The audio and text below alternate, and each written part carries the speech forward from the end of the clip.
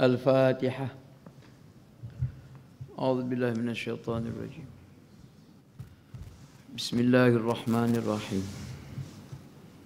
الحمد لله رب العالمين الرحمن الرحيم مالك يوم الدين إياك نعبد وإياك نستعين اهدنا الصراط المستقيم صراط الذين أنعمت عليهم غير المغضوب عليهم ولا الضالين آمين. Assalamualaikum warahmatullahi ta'ala wabarakatuh. Bismillah walhamdulillah wassalatu wassalamu ala rasulillah. Subhanaka la ilma lana illa ma 'allamtana innaka antal alimul hakim.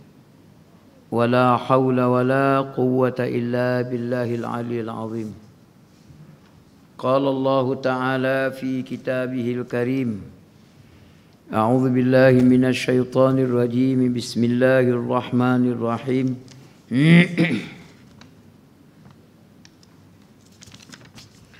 يا أيها الذين كفروا لا تعتذروا اليوم Innama tujzauna ma kuntum ta'malun. Shadaqallahul azim.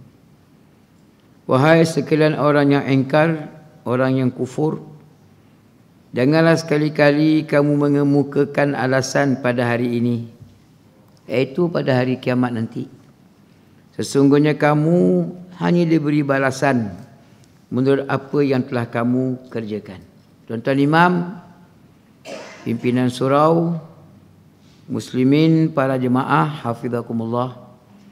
Alhamdulillah pertama-tamanya dan memang pun selama-lamanya tetap juga kita akan terus menyatakan rasa syukur kita. Rasa terima kasih kita yang tak terhingga kepada Allah Ta'ala, Tuhan kita semua. Paling tidak Allah Ta'ala masih lagi mengurniakan kehidupan dunia kepada kita, sehingga bukan sekadar berpeluang untuk kita merasakan betapa nikmatnya dunia yang sempurna, dunia sejahtera ini.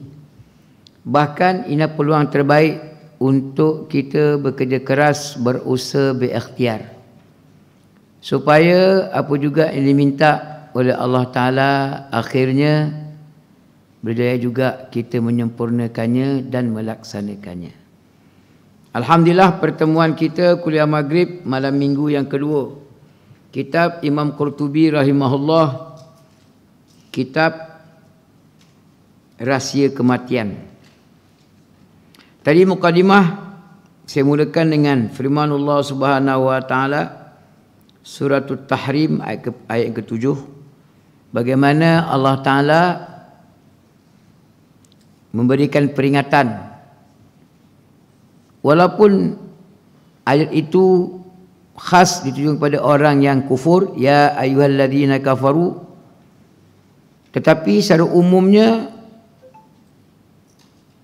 kita yang Islam ini mesti berhati-hati supaya tidak terjebak dengan keengkaran, kekufuran.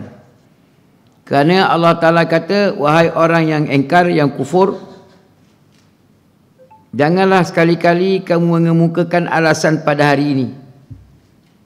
Kan kita masih lagi membicarakan tajuk tentang nama-nama hari kiamat. Nanti ketika mana hidup kali kedua, round yang kedua di akhirat,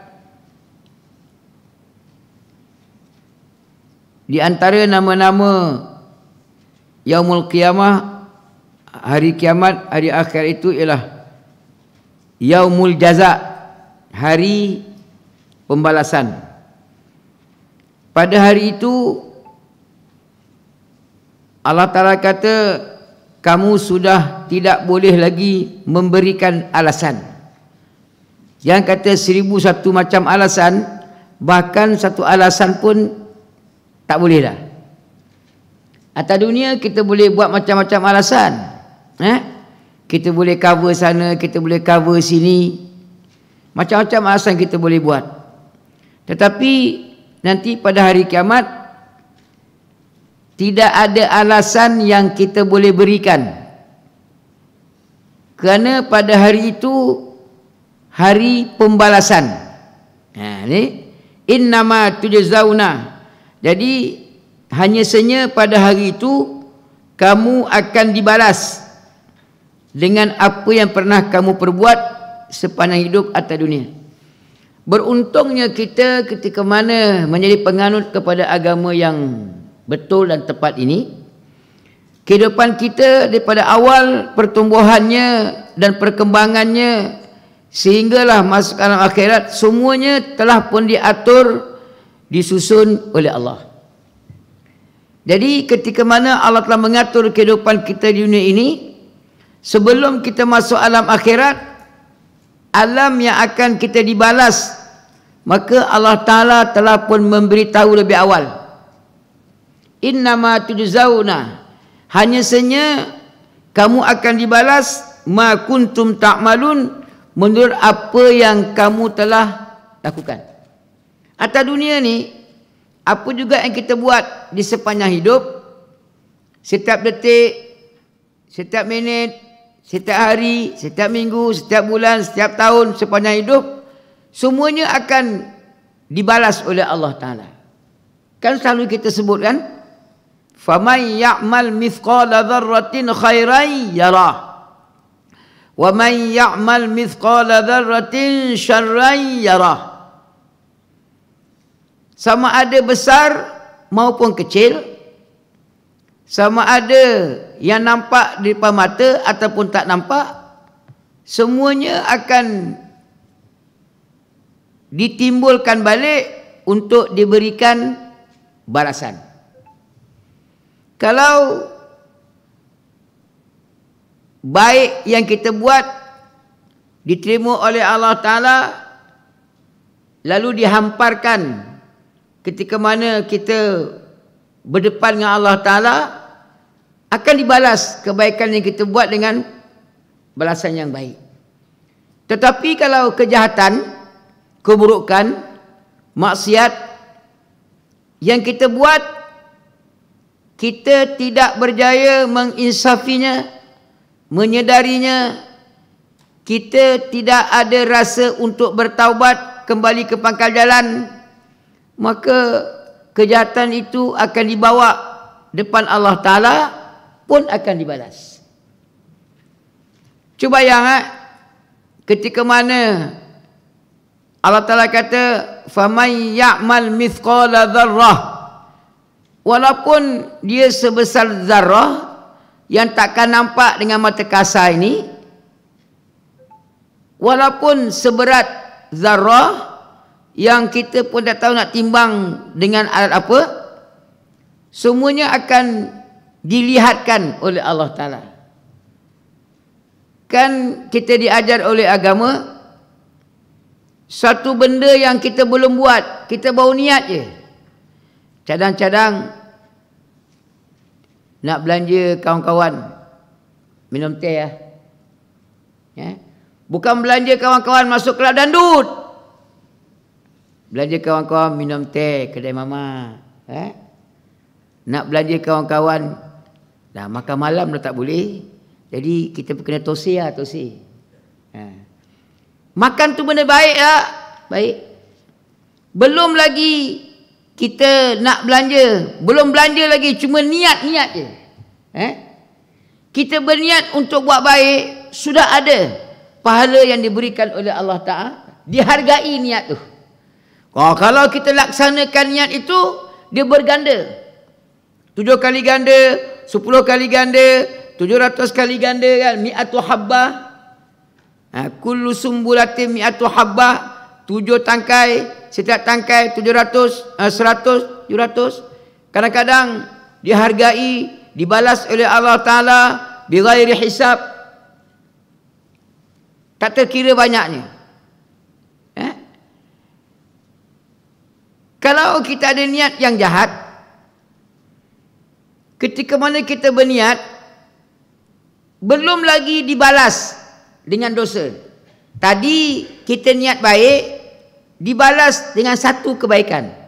Satu kebaikan kita berniat, belum laksana, dapat penghargaan satu. Kalau kita laksanakan niat itu, dia akan berganda. Kalau kejahatan, kita niat, tak ada apa lagi. Tapi kalau kita tidak melaksanakan niat tu, maka akan diberikan penghargaan, dibalas baik dengan pahala. Tu maha baik, bukan sekadar baik, Allah Ta'ala, dia maha baik. Sebab itu persoalan balasan-balasan ni tuan-tuan, kita tak boleh buat main-main. Kita pandang sebelah mata, kita tak peduli, buat tak tahu, tak boleh. Pasal setiap detik, setiap saat, semuanya akan dapat balasan yang setimpal. Sebab itu agama menguruskan hidup kita ni, mengajar akan erti kehidupan yang sebenar, yang biasa disebut oleh para alim ulama, innamal a'malu binniyat. Segala perbuatan, amalan, program, aktiviti, bersukan, berhibur, berkeluarga, bernegara, bermasyarakat, berekonomi, berpolitik, bersosial, berniaga, jual barang, jual pelan, jual gambar, jual kereta, nak memastikan mendapat penghargaan yang semaksimum mungkin, yang sebaik mungkin daripada Allah Ta'ala, niat. Innamal a'malu bin niat. Saya sempat petang tadi tengok satu video, bagaimana seorang yang berhormat, pematang pauh maksudnya, dia melancarkan satu rombongan anak-anak muda ingin berkonvoi, bermotor ke Terengganu, daripada Penang ke Terengganu ke Kedah. Jadi yang saya tertarik dengan ucapan yang berhormat tu, dia kata ada beberapa perkara yang kita pandang penting. Yang saya tertarik tu satu perkara. Dia kata kita ni dalam hidup, segala perbuatan kita akan dipandang oleh Allah Ta'ala. Untuk mendapatkan suatu penghargaan, pandangan yang baik daripada Allah Ta'ala, kena jaga niat. Niat kita tu nak bermotor ni, apa niat? Kerana ketika mana kita melakukan program, dengan niat itulah nanti akan menentukan sama ada aktiviti permotoran itu akan menjadi pahala, akan menjadi ibadat ataupun adat. Ialah bila kita bersukan, mengeluarkan tenaga yang banyak, membuang masa yang banyak. Lah naik motor kapcai, berapa jam je, berapa kilometer je sejam, kan? Minyak lagi, panas lagi, kalau kena hujan lagi. Kalau kita tak jaga niat elok-elok, lillahi ta'ala, sia-sia lah. Tak ada ibadat, tak dapat pahala. Sedangkan kita hidup, apapun ruang aktiviti yang kita buat, kita inginkan aktiviti itu mendapat penghargaan, pahala daripada Allah Ta'ala. Tapi setengah orang menganggap ketika mana kita mengemukakan perkara itu, maka dia kata kita ni penonggang agama. Diberikan gambaran persepsi yang buruk kepada orang yang ingin beragama. Ialah tuan-tuan, kita ni orang Islam. Kita orang Islam lah yang paling berhak untuk menyatakan keislaman kita, membincangkan panjang lebar tentang agama kita. Tetapi musuh-musuh Islam sentiasa memberikan gambaran yang tak elok. Di antaranya apa dia? Dia kata orang yang membicarakan agama ni, sampai program sukan pun kait dengan agama, hiburan pun kait dengan agama, pilihan raya pun kait dengan agama. Ini semua konsep yang tak betul, fanatik, ekstrim, penonggang agama. Saya sebut tak mahu lepas. Satu pendapat yang akan sentiasa saya ulang setiap penggal. Apa dia? Imam Ghazali pernah menyatakan suatu kaedah, suatu konsep kehidupan yang kita tak boleh pandang mudah-mudah. Apa dia? Ad-dinu usun was-sultanu harisun. Agama itu asas dan kerajaan penguasa itu pemelihara. Sesuatu yang tidak ada asas akan hancur, sesuatu yang tidak ada pemelihara akan hilang. Di mana Imam Ghazali menyimpulkan ad-din was-sultan tau'aman. Agama dan kerajaan kembar. Tak mungkin adanya agama tanpa kerajaan, tak mungkin adanya kerajaan tanpa agama. Hari ini ramai masyarakat sudah mula ingin kembali pada agama. Tetapi yang menjadi kecacatan memahami tentang agama itu tidak sempurna dan tidak sepatutnya. Macam mana? Sekarang ini ramai orang terpikat dengan apa yang dipanggil nama dia sekular. Bagaimana dipisahkan antara agama dengan kehidupan. Agama di sudut yang lain, kehidupan di sudut yang lain. Sedangkan maklumat, fakta yang sebenarnya tak mungkin kita pisahkan antara agama dan kehidupan. Sehingga agama itulah yang mengasaskan dan menjadi asas kepada suatu kehidupan dan perkembangan pembentukan kehidupan tersebut. Untuk memastikan ketika mana kehidupan itu diasas lalu berkembang mengikut agama, maka mesti ada yang menjaganya, kerajaan. Kerajaanlah yang akan menjaga. Ketika mana sebuah kerajaan dibentuk, tidak menjalankan tugas dan tanggungjawab, bahkan dia menyalahgunakan kuasa yang ada lalu tidak memelihara, maka akan hilang.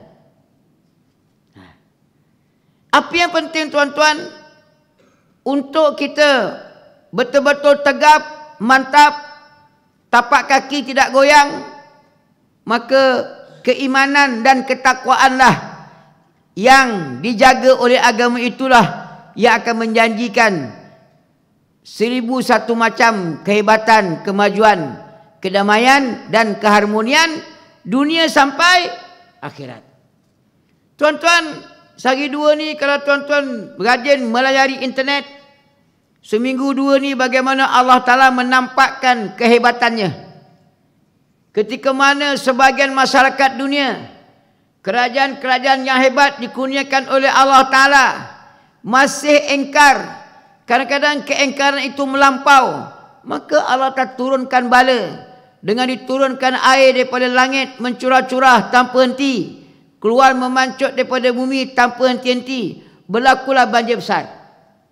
Ribut taufan yang tidak ada satu kerajaan yang kuat dan hebat pun berjaya untuk menyekatnya. Walaupun sebuah kerajaan yang kuat, dia berjaya membina empangan yang kukuh. Bertahun-tahun air disekat, boleh dihadkan alirannya.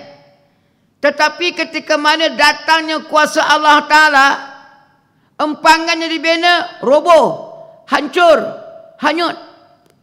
Jalan raya yang sepatutnya menjadi arus kenderaan ke hulu ke hilir, mundar mandir, bertukar menjadi arus air yang deras, menghanyutkan kenderaan yang ringan dan berat.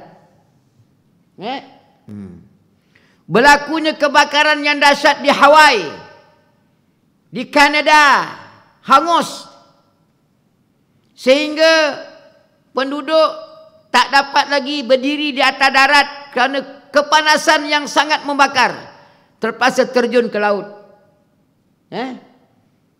Kemusnahan kehidupan yang dahsyat yang tak tergambar di kepala ini. Puncanya kenapa? Fa akhadnahum bima kanu yaksibun, maka kami pun mengambil mereka dengan menurunkan bala dengan sebab apa yang mereka kerjakan. Belum lagi di akhirat tu. Atas dunia, macam mana pun Allah Ta'ala turunkan bala, kita ada penyelamat. Kita ada bomba kalau terbakar, kan? Kita ada kementerian yang akan membantu menyediakan tempat-tempat tinggal sementara, akan memperbaiki mana yang runtuh, mana yang roboh. Tetapi ketika mana dibalas di atas segala perbuatan kita di akhirat, siapa nak tolong? Siapa nak tolong? Atas dunia tak apa. Kerajaan boleh tolong, NGO boleh tolong, kawan-kawan boleh tolong, jiran-jiran boleh tolong, adik-beradik boleh tolong. Tadi saya on the way kemari, tak dapat nak tolong. Dah lewat sampai. Ada lori 3 tan ke 1 tan, terbabas ke tepi longkang. Kalau saya berhenti pun bahaya, dah gelap. Kalau saya berhenti emergency, takut belakang sondol saya. Siapa nak tolong tu? Tak apalah, dia boleh telefon, datanglah lori towing kan. Tapi di akhirat siapa nak tolong? Towing pun tak ada. Silap-silap orang towing pun menghadapi masalah yang sama. Sebab itu soal pembalasan ni, adik-adik kan, kalau buat salah, ketika ni kantoi, ustaz dapat tangkap, tak apa. Nanti kita boleh keluar air mata sikit, suara teresak-esak, minta ampun, minta maaf, lepas. Kalau adik-adik berasa kena buang pun tak apa, tahfiz berlambak. Sini satu, atas bukit tu ada, bawah bukit tu ada, ke atas tambah juga banyak kan. Tak apalah atas dunia. Tapi di akhirat, siapa nak tolong? Satu tahfiz pun tak ada. Selesai. Al-yawma tujza kullu nafsin bima kasabat la zulmal yaum innallaha sari'ul hisab. Pada hari ini, hari apa? Hari kiamat. Setiap jiwa diberi balasan sesuai dengan apa yang telah dikerjakannya. Setiap jiwa. Dia tak main kelompok-kelompok tak. Dia tak main langsam tak. Sorang-sorang. Sorang-sorang. Setiap orang akan dibalas sesuai dengan apa yang telah dikerjakannya. Tidak ada yang dirugikan pada hari ini. Sesungguhnya Allah sangat cepat perhitungannya. Pada hari itu, apa pun rupa bentuk balasan, sama ada baik ataupun buruk, tidak akan merugikan mana-mana pihak, bahkan tidak akan merugikan mana-mana individu. Atas dunia ni, kalau diberikan satu balasan, kadang-kadang menguntungkan sebelah pihak, kadang-kadang merugikan sebelah pihak. Tadi saya buka video laman sosial Facebook, bagaimana di Aceh berlakunya pergelutan antara kerajaan dengan rakyat pasal berebut tanah. Berebut tanah. Tak apalah atas dunia. Sama ada menguntungkan rakyat ataupun menguntungkan pihak kerajaan. Tetapi di akhirat, pada hari diberikan balasan, tidak akan ada seorang pun yang akan merasakan dia tidak diadili seadil-adilnya. Atas dunia ni kalau ada mahkamah, kan kita ni anti rasuah kan. Kita mana nak rasuah? Mana-mana kerajaan ke, pembangkang ke, parti-parti ke, NGO ke, individu ke, semua tak nak rasuah. Tetapi kadang-kala ada setengah orang berniat untuk menghapuskan rasuah, rupa-rupanya nak menghapuskan hukuman rasuah. Ada beza menghapuskan rasuah dengan nak menghapuskan tuduhan rasuah, tak sama. Atas dunia macam tu. Memang satu pihak puas hati, satu pihak takkan puas hati. Memang macam tu. Tapi di akhirat, ketika mana Allah Ta'ala membalas segala perbuatan yang apa kita buat, itu akan mengadili semua pihak. Setiap jiwa akan merasa apa yang dia buat, banyak ke sikit. Allah kata la zulmal yaum, pada hari itu tidak akan ada suatu penindasan sekalipun, tak ada, takkan berlaku. Sebab itu kalau kita inginkan suatu keadilan yang total, maka tunggu je hari kiamat. Tunggu aja hari kiamat. Atas dunia ni setiap orang tidak akan berasa puas hati. Walaupun kadang-kadang benda tu sepatutnya dia puas hati, tapi dia tetap tidak akan merasa puas hati. Pasal dunia. Tapi bila dia akhirat, dia akan puas hati. Pasal Allah kata, la zulmal yaum, tidak ada penindasan, penganiayaan sedikit pun pada hari itu.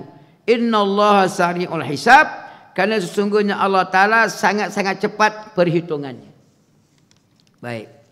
Yauma idzin yuwaffihimullahu dinahumul haqq wa ya'lamuna annallaha huwal haqqul mubin. Pada hari itu Allah menyempurnakan balasan yang sebenarnya bagi mereka, dan mereka tahu bahawa Allah Maha benar lagi Maha menjelaskan. Tuan-tuan, kadang-kadang kita merasakan kehidupan ini terlalu sempit, sangat mengecewakan. Tetapi ketika mana kita berpegang kepada agama, dada kita akan kembali lapang, kita tidak akan merasa kecewa. Tuan-tuan, tinggal ambil contoh. Contoh zaman dulu. Zaman dulu yang berfakta. Mana kita dapat poin yang berfakta tu? Al-Quran lah. Ketika mana kita mendapat khabar cerita tentang umat dahulu, di antaranya Fir'aun. Fir'aun ni sebuah kerajaan yang kuat. Dia bukan memerintah dunia, tak. Fir'aun ni kerajaan yang memerintah Mesir. Mesir besar mana je. Tapi kekuatan, kehebatan dia, Allah telah rakam dalam Al-Quran. Apatah lagi di zaman kerajaan Fir'aun itu, masa tu ada Nabi, nama dia Musa dengan Harun. Fir'aun, kehebatan itu sehingga dia menguasai masyarakat bukan majoriti yang simple. Bukan simple majoriti. Bukan two-third, 2/3 tahu. Dia menguasai masyarakat dia. Kalau tidak, macam mana dia berani? Ana rabbukumul a'la. Macam mana dia boleh berpendirian macam tu? Pasal dia merasakan rakyat semua bawah tapak kaki dia. Sebab tu dia berani menyatakan, akulah Tuhan kamu yang hebat. A'la. Dah lah dia mengaku dia Tuhan. Lepas tu dia mengaku Tuhan yang hebat. Tu beraninya Fir'aun. Tapi tuan-tuan, iya ke Fir'aun ni berani? Iya ke Fir'aun ni berani? Adik-adik, ingat tak ayat tu? Sanulqi fi qulubihimur ru'b. Ingat tak? Dengan tunduk kepala, angkat kepala. Ingat tak? Surah apa? Bukan Ali Imran. Sanulqi fi qulubil ladzina kafarur ru'ba. Belah kanan. Atas sekali, ya ayyuhalladzina kafaru. Ayat lepas tu. Cuba tengok dalam Al-Quran. Ustaz tak ingat, ustaz tanya. Tak, nak ceritanya, Allah telah kata, kami akan campakkan ke dalam hati orang yang kufur ada satu rasa ketakutan. Takut berani ni bukan semata-mata kita bina jadi berani, tak. Berani takut ni satu perasaan yang dibuat oleh Allah Ta'ala.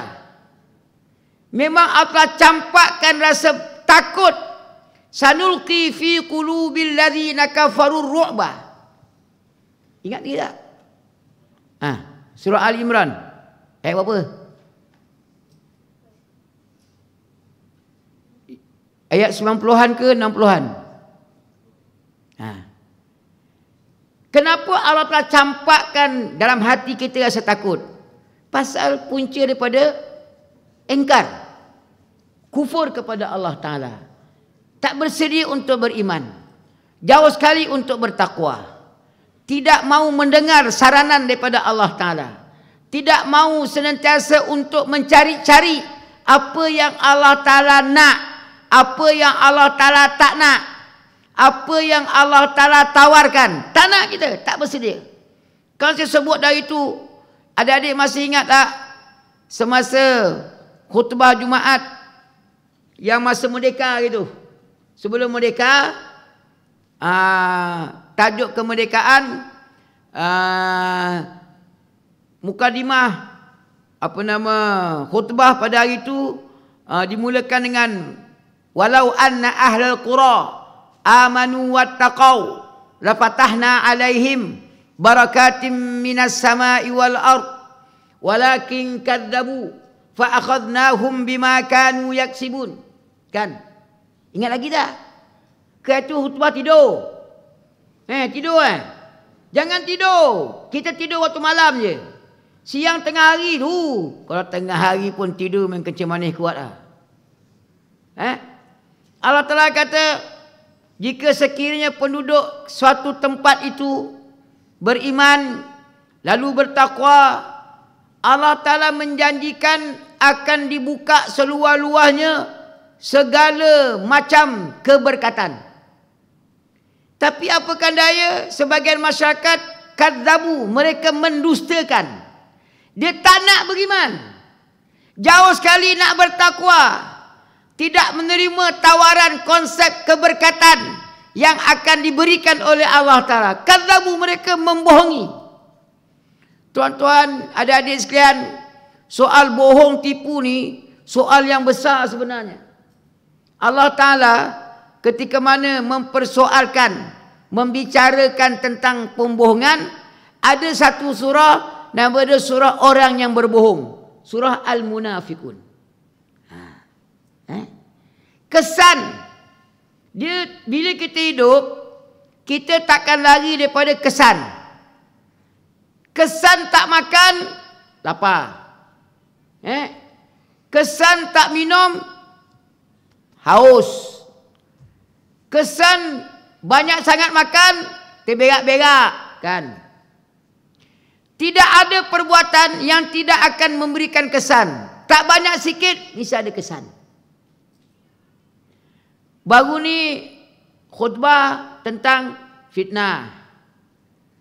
Ayat dimulakan, ya ayyuhallazina amanu in ja'akum fasiqun binaba'in fatabayyanu, kan? Jika datang kepada kamu suatu berita yang dibawa oleh orang yang fasik. Kesan daripada orang yang fasik bawa berita lain. Kesan daripada orang yang tidak fasik, yang baik bawa berita lain. Ada kesan. Orang yang fasik, sama ada telah rosak amalan dia, telah rosak keimanan dia, ketika mana dia buat berita, itu kita boleh kita boleh pertikai. Dia jadi fasik ni. Hari itu Jumaat ada orang tanya, Ustaz, kalau kita tak solat Jumaat 3 kali turut-turut, jadi macam mana Ustaz? Jadi fasik lah. Rosak. Dia tinggalkan solat Jumaat 3 kali berturut tanpa sebab yang munasabah. Tidak ada keuzuran syar'i. Syarak tidak membenarkan. Kalau kita sakit, itu keuzuran. Kalau kita solat, kalau ikut mazhab Syafi'i, solat fardu mesti kita berdiri. Kalau kita berkuasa berdiri. Kalau tak berkuasa berdiri, boleh duduk. Kalau kita puasa yang wajib, kalau musafir, kita boleh buka. Tapi kena ganti. Kalau kita sakit, tak mampu nak puasa, kita boleh buka, nanti ganti. Kalau kita ganti pun tak mampu juga, kita ganti dengan bayar denda. Kan? Saya itu masa aksiden, sebulan saya tak puasa. Saya cuma sempat bersahur pada Ramadan puasa pertama, lepas tu tak puasa sampai kesudah. Pasal saya sakit. Saya tak boleh puasa. Kena makan ubat lah, kena operation lah, kena itu, kena ni. Makan, minum, kencing, semua terbaring. Jumaat, sebulan tu lah tak pergi Jumaat. Tapi kalau tidak ada keuzuran, dia boleh pergi, dia tak nak pergi. Itu boleh dirosak, fasik. Fasik-fasik ni macam-macam. Ada setengah fasik tu, kalau dia bersumpah, dia nak menguatkan hujah dia, dia kata dia begini. Nak menguatkan hujah dia begini, dia bersumpah. Wallahi, wabillahi, watallahi. Tiba-tiba, apa yang dia bersumpah itu hanya mainan. Tak boleh jadi saksi, pasal sudah rosak. Saksi nikah, tak boleh. Saya dulu nikah, berapa tahun. Kadang-kadang saya kata, bang, kami dulu nikah ni lebih suka kalau wali lah nikahkan. Tiba-tiba anak dia nyaut, tak payahlah Ustaz, Ustaz je lah nikahkan. Beria-ia anak, janganlah Ustaz. Kalau Ustaz je nikahkan, bapa saya tak payah. Dia bapa dia. Lepas tu, bila dah hantar borang, saya tengok borang, saya tengok nombor telefon, saya kata, halo, Assalamualaikum. Waalaikumsalam. Di bakal pengantin. Ya Ustaz, ada apa Ustaz? Nak tanya kenapa awak tak bagi bapa awak jadi wali? Bapa saya tak sembahyang Ustaz. Anak dia pun tahu. Bapa dia tak rajin sembahyang. Bapa dia pun tak apa, anak dia pun tak harap bapa dia akan nikahkan dia. Ustaz je lah nikahkan dia. Jangan main-main. Kalau ikut hadis Nabi kata, man taraka solah muta'ammidan faqad kafar atau kama qala. Siapa-siapa juga yang meninggalkan solat, bukan Jumaat, solat-solat yang lain di waktu, dia sengaja meninggalkan, nanti dia akan dikufur. Walaupun ahli ulama kata bukanlah kufur sampai keluar murtad, tak, tapi kufur.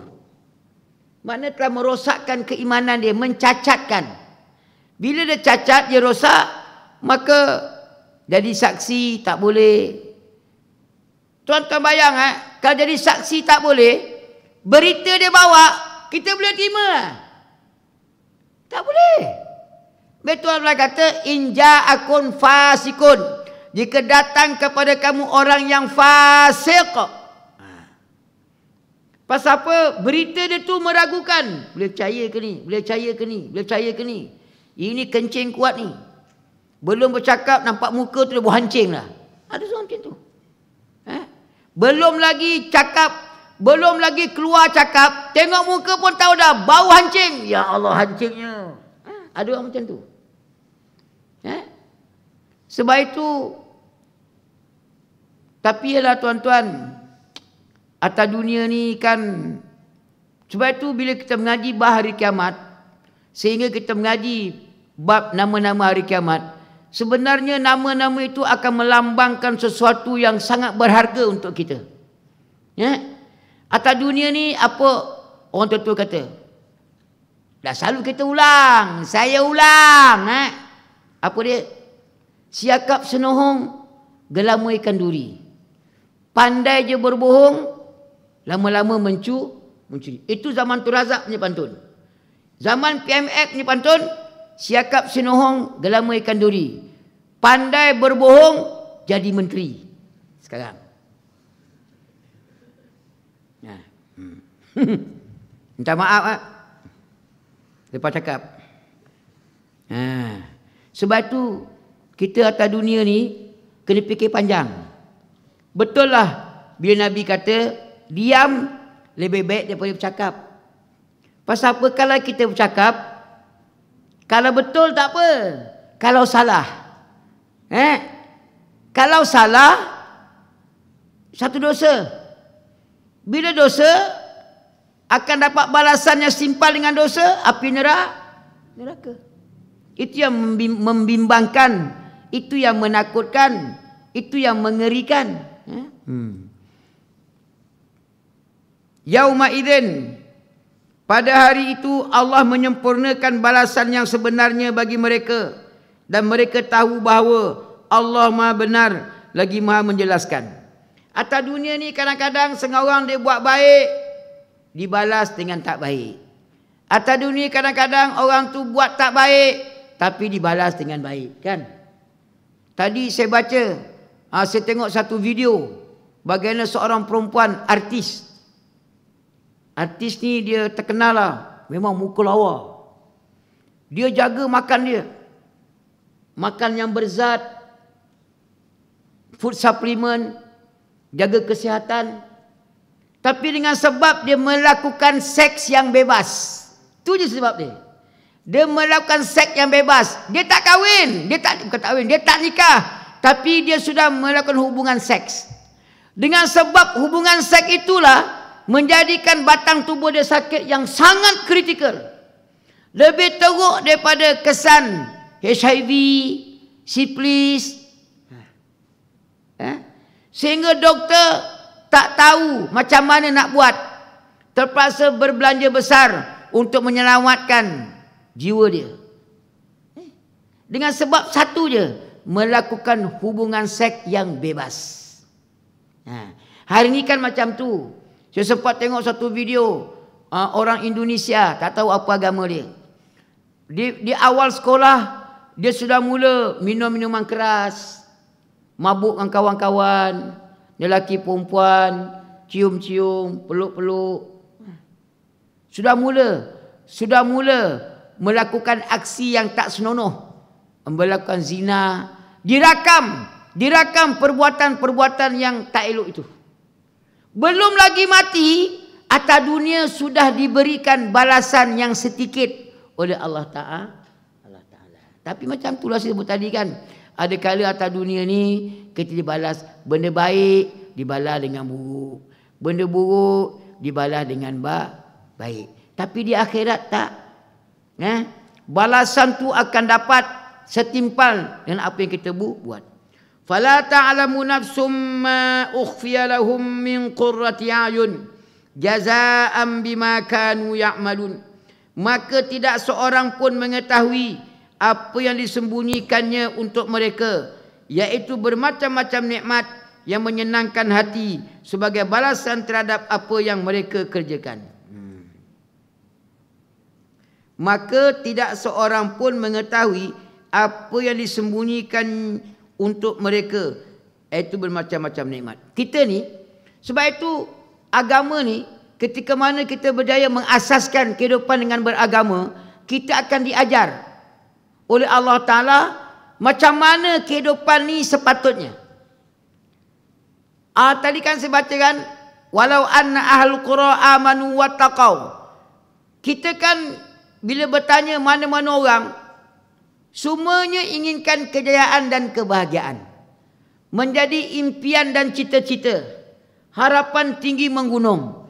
Tetapi impian dan harapan itu, kalau kita membina tanpa asas yang kukuh, tidak dengan agama, tidak akan ke mana-mana. Bahkan akan ranap.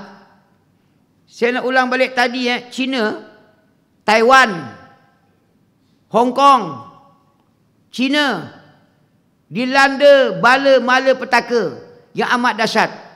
Taiwan, sebuah negara di Asia yang pertama, berjaya menormalisasikan boleh berdaftar perkahwinan di antara laki-laki, perempuan dengan perempuan. Taiwan. China hari itu dia mulakan belanja yang besar untuk membuat satu kajian untuk dihidupkan orang yang telah mati. Yang terbaru, konon-kononnya China berjaya mencipta sebuah matahari. Tak puas hati dengan matahari yang dibuat oleh Allah Ta'ala. Akhirnya Allah Ta'ala kirim ribut taufan, meranapkan sebagian besar daripada China, Taiwan dan Hong Kong. Taiwan, China, Hong Kong ni sangat menakutkan Barat. Teknologi dia canggih, ekonomi dia dahsyat. Tetapi oleh kerana keingkaran kepada Allah Ta'ala melampau, itu belum lagi dibalas yang setimpal tu. Itu baru sikit je. Nepal, tanah tinggi runtuh, meranapkan bangunan dan perumahan. Semalam Oman pun kena juga. Air memancut, mengalir dengan deras, meranapkan harta benda dan kenderaan, rumah, tempat tinggal dan kedai-kedai. Oman. Minggu lepas kan di Mekah kan berlaku ribut taufan kan. Nasib baiklah ada Kaabah yang mulia. Selamat sikit lah. Kalau tidak, hancur dah Mekah tu. Tapi setengah orang dia kata, Ustaz, biasalah Ustaz. Diorang ni kan bencana alam Ustaz. Monsun. Betul lah monsun. Tapi siapa yang buat monsun? Bukan Allah Ta'ala yang buat monsun. Tak nak juga beriman dengan Allah Ta'ala lagi tu. Satu lagi. Masuk waktu lah. Hari penyesalan, Yaumun Nadamah. Dinamakan demikian kerana semua orang akan menyesal pada hari itu. Orang baik akan menyesal mengapa kebaikannya bukan lebih banyak daripada itu. Dan orang yang jahat akan menyesal mengapa dia melakukan kejahatan. Memang. Atau betul lah orang tua kata apa? Sesal dahulu pendapatan. Sesal kemudian tak berguna. Nak menyesal ketika hari menyesal lah. Menyesal ketika hari ni. Ketika hari ni kalau kita menyesal, kita boleh perbaiki kesilapan. Kita boleh perbaiki kelemahan. Tapi kalau di akhirat menyesal tak ada faedah dah. Kita minta sesaat nak kembali ke dunia pun takkan kembali dah. Kalau kita kira sesaat boleh buat apa? Kentut keluar pun 3-4 saat kan? Karena seminit. Sesaat boleh buat apa? Kentut boleh ya? 3 saat. Tapi oleh kerana berharganya kehidupan masa atas dunia. Tetapi penghargaan itu kita rasakan setelah kita mati. Masa kita hidup, kita buat tak tahu je. Tak kisah nak boleh mengaji ke tidak. Tak kisah nak tahu agama ke tidak. Buat tak tahu je. Masih relax, masih rasa aman. Saya tak kisah, tak ada apa-apa. Sedangkan nak menyesal, atas dunia lah. Ada setengah mak bapak kan, dia rasa menyesal saya Ustaz. Kenapa kak? Yalah masa muda-muda itu sibuk dengan kerja. Dah tua-tua ni baru nak mengaji. Okey lah kak. Dah tua-tua baru nak mengaji. Kan? Habis cucu siapa jaga? Cucu biar mak dia jaga lah Ustaz. Kenapa saya jaga pula?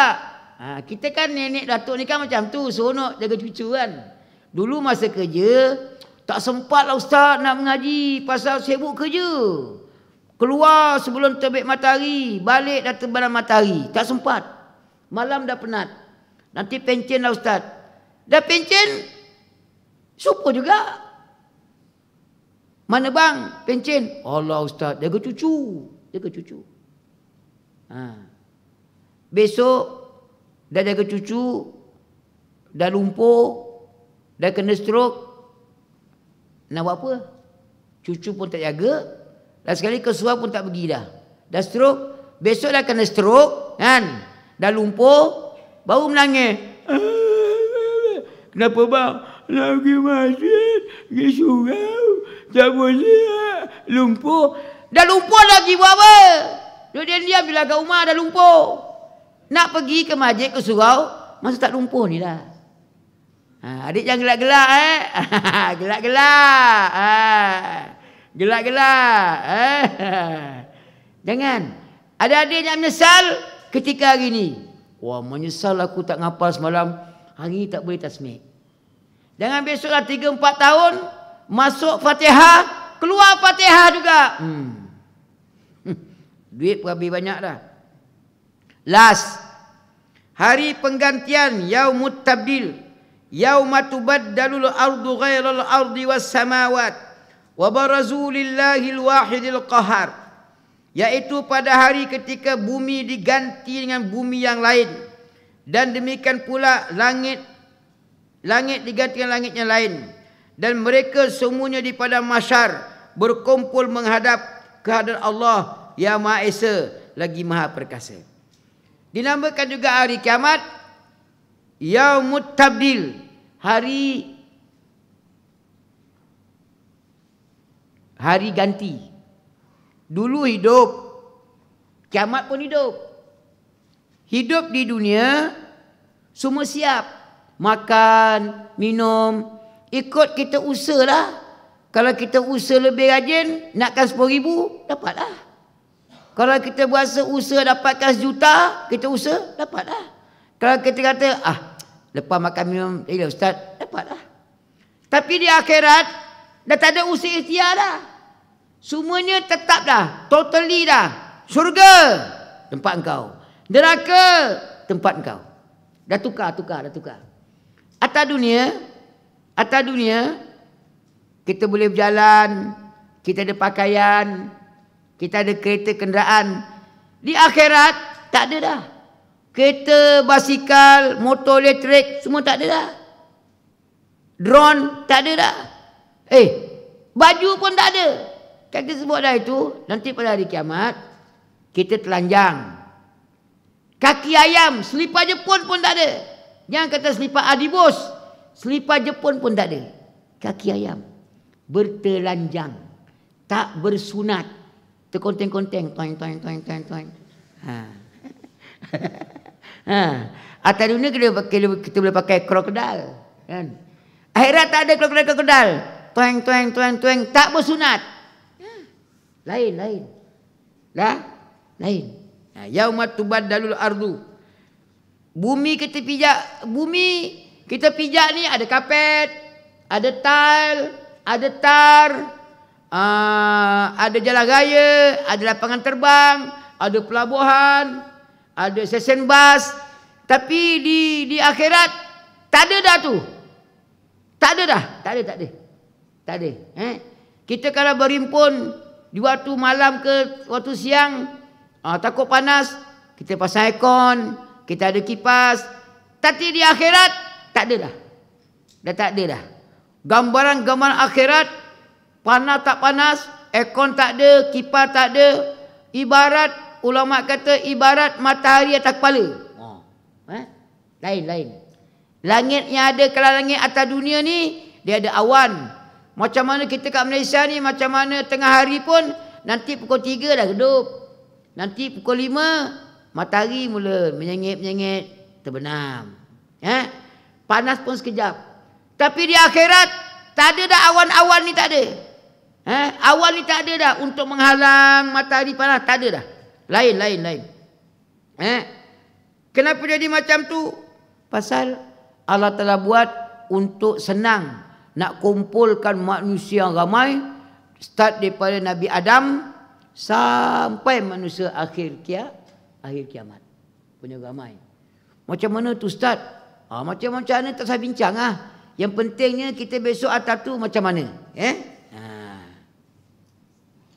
Wallahu a'lam, sekadar itulah. Akan datang lagi hari pertemuan, hari kembali, hari pembalasan, hari gembira, hari berita buruk.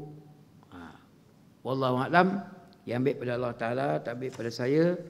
Mohon dimohon ampun dan maaf. Aqulu qali hadza wa astaghfirullahaladzim li wa lakum wa lisairil muslimin wal muslimat wal mu'minin wal mu'minat fastaghfiruh innahu wal ghafur rahim. Subhanakallah bihamdik asyhadu an la ilaha illa anta astaghfiruka wa atubu ilaik.